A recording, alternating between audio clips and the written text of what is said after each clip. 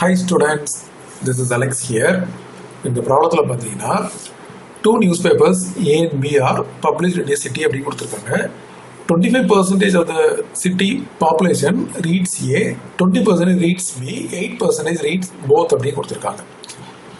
அதுக்கப்புறம் 30% who read A but not B look into advertisements அப்படின்னு கொடுத்துருக்காங்க. ஸோ முதல்ல நம்ம ஒரு வென் டயக்ராம் கன்ஸ்ட்ரக்ட் பண்ணலாம்.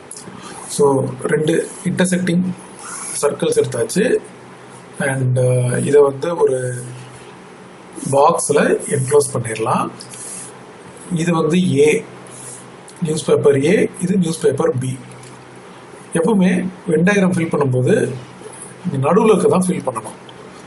So 8% read both A and B அப்படின்னு கொடுத்துருக்காங்க இல்லையா, அப்போ இது வந்து 8 அப்படின்னு அர்த்தம்.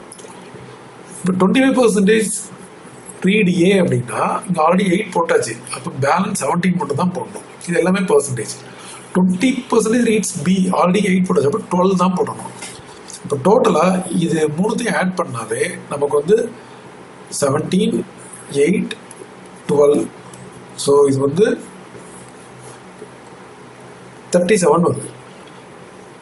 இப்போ 37ல் இப்போ 100% எடுத்துக்கிட்டோம்னா பேலன்ஸ் வந்து 63 வந்து இங்கே இருப்பாங்க, எதுவுமே நியூஸ் பேப்பர் ஏபி எதுவுமே படிக்காதவங்க. இப்போ அடுத்தது ஃபர்தராக நம்ம கொஸ்டினை படிக்கலாம். இதில் பார்த்தீங்கன்னா 30% of those who read A but not B look into advertisement அப்படின்னு கொடுத்துருக்காங்க.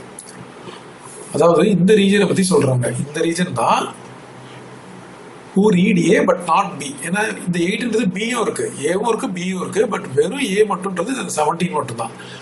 அந்த 17%ல் அதாவது நம்ம வந்து 100 people இருக்காங்க அப்படின்னு எடுத்துக்கிட்டோம்னா அதில் வந்து 17 பேர் தான் ஒன்லி ஏ படிக்கிறாங்க. அதில் 30% வந்து லுக் இன்டு அட்வர்டைஸ்மெண்ட்.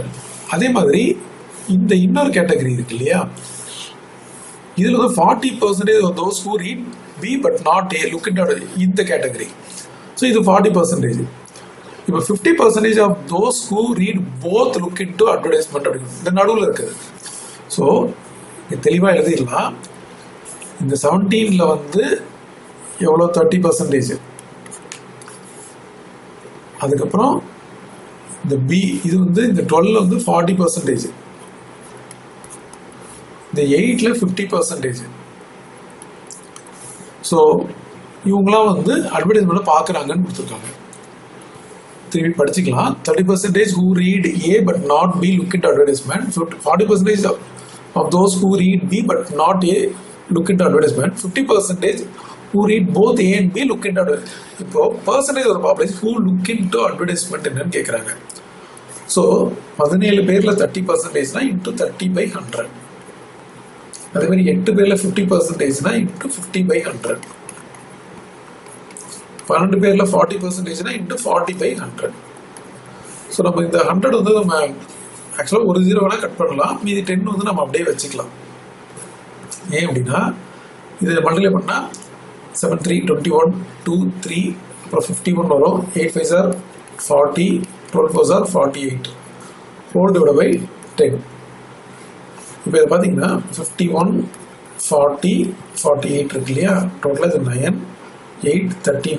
ஸோ 139/10 அப்படின்னா 13.9 வேல்யூ வருது. ஸோ இவ்வளோ பர்சன்டேஜ் வந்து ஹூ லுக் இன்டு அட்வர்டைஸ்மெண்ட் அப்படின்னு அர்த்தம். ஸோ கொடுத்துருக்க ஆப்ஷனில் ஆப்ஷன் ஏ. ஸோ இந்த வென் டயக்ராமோட பேசிக்ஸ் நல்லா தெரியணும். இந்த வென் டயக்ராமில் ரெண்டிமெண்ட் போது எந்தெந்த ரீஜன் எதுன்றது தெரியணும். அதுக்கப்புறம் நம்ம எப்படி ஃபில் பண்ணணுன்றது தெரியணும். அதுக்கப்புறம் வெறும் பர்சன்டேஜ் கால்குலேஷன் தான். So option A.